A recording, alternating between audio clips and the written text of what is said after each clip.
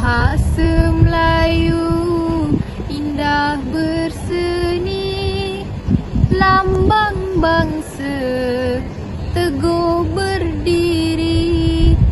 Jika dijaga rapi dan murni, warisan kita kekal abadi.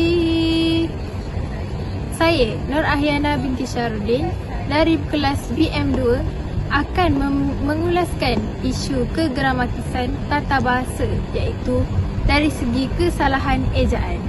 Mari kita saksikan.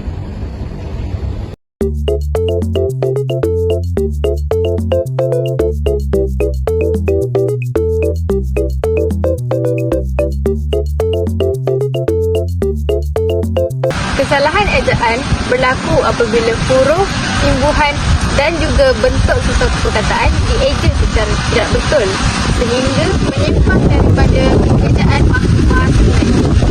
Antara punca kesalahan ejaan ialah pengaruh dialek tempatan, kecuaian penulis dan juga penggunaan ejaan bahasa Melayu yang lalu. Baiklah, kesalahan ejaan yang pertama iaitu ejaan pasar. Ejaan pasar tidak terdapat dalam Kamus Dewan Bahasa dan Pustaka. Ejaan yang betul adalah pasar, iaitu PASAR yang membawa maksud tempat orang berniaga. Kesalahan ejaan yang kedua ialah ejaan mi. Ejaan mi di sini merupakan ejaan yang salah kerana ia dieja sebagai MEE, mi. Ejaan yang betul ialah MI, mi, selepas diselaraskan dengan sistem ejaan mi yang baharu. Ejaan mi, ME, tidak lagi digunakan dalam bahasa Melayu standard. Kesalahan ejaan yang seterusnya ialah muar.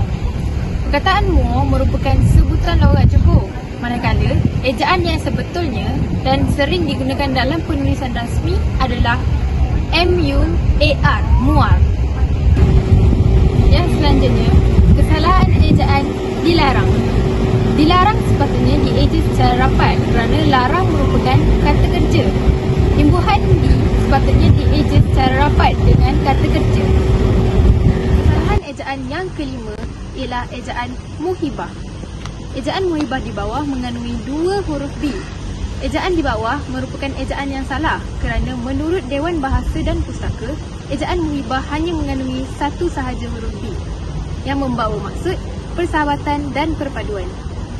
Ejaan yang seterusnya ialah ejaan beriani. Gambar raja di sebelah menunjukkan ejaan beriani yang salah kerana ber merupakan imbuhan. Orang-orang akan menganggap bahawa perkataan beriani adalah gabungan imbuhan ber dan perkataan yani, sedangkan perkataan beriani adalah kata nama pinjaman sepenuhnya. Jadi, Dewan Bahasa dan Pustaka telah menetapkan bahawa perkataan beriani iaitu BERIANI, beriani adalah ejaan baku dan rasmi dalam Kamus Dewan. Baiklah, kesalahan ejaan yang ketujuh ialah ejaan martabak. Gambar raja di atas menunjukkan ejaan martabak yang salah. Menurut Dewan Bahasa dan Pustaka, ejaan yang betul ialah martabak, iaitu MARTABAK, martabak, dan bukan martabak. Ini selaras dengan prinsip pedoman ejaan kata pinjaman, iaitu menyesuaikan ejaan dengan sistem fonologi dan sebutan bahasa Melayu. Kesalahan ejaan yang seterusnya adalah di sini. Sini menunjukkan arah sesuatu tempat. Kata sendiri seharusnya dieja secara jarak apabila menunjukkan sesuatu arah tempat tersebut. Begitu juga perkataan di hadapan, sepatutnya dieja secara jarak apabila menunjukkan sesuatu arah tempat tersebut. Kesalahan ejaan yang selanjutnya ialah ejaan efisien. Efisien seharusnya dieja dengan EFISIEN, efisien, yang membawa maksud cekap dan mampu melaksanakan tugas dengan baik tanpa membazir masa dan tenaga. Kesalahan ejaan yang seterusnya ialah ejaan klinik. Ejaan klinik di sini merupakan ejaan yang salah kerana ia mengandungi huruf I selepas huruf K. Klinik merupakan perkataan pinjaman bahasa Inggeris.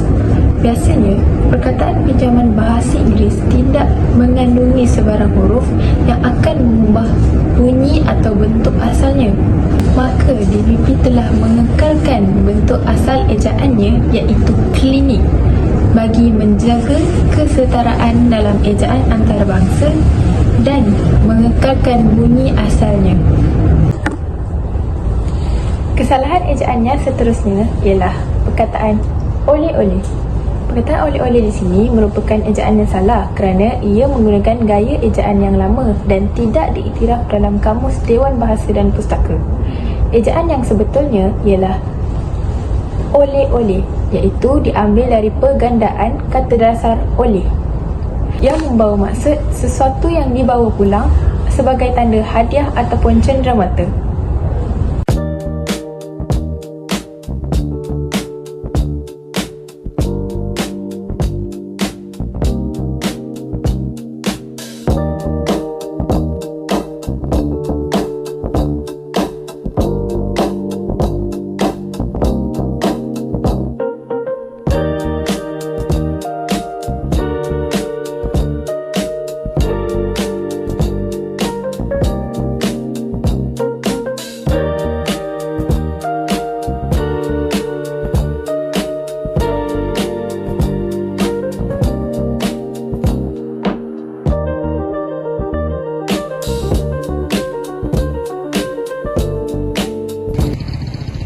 Bahasa dijaga, janganlah hilang, tandanya bangsa hidup gemilang.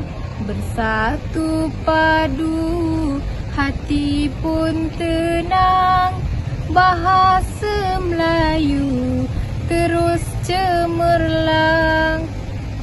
Baiklah, sampai sudah kita ke penghujung perbincangan tentang isu kesalahan ejaan. Jelaslah bahawa kesalahan ejaan mampu menjejaskan keindahan dan kejelasan bahasa dan akan menyukarkan pemahaman pembaca terhadap sesuatu perkataan. Sekian daripada saya. Wabillahi taufiq wal hidayah. Assalamualaikum warahmatullahi wabarakatuh.